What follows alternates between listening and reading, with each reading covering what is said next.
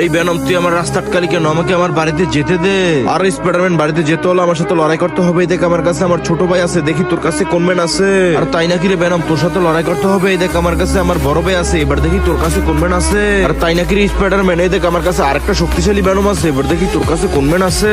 এ venom, তোকে এখনো বলতেছি আমাকে আমার বাড়িতে যেতে দে। দেখ আমার কাছে শক্তিশালী একটা জম্বি স্পাইডারম্যান আছে, এবার দেখি তোর কাছে কোন ম্যান আছে। আর স্পাইডারম্যান, তোকে তো আজকে কোনোভাবেই যেতে দেবো না। এই দেখ আমার কাছে শক্তিশালী একটা জম্বি বেনম আছে, এবার দেখি তোর কাছে কোন ম্যান আছে।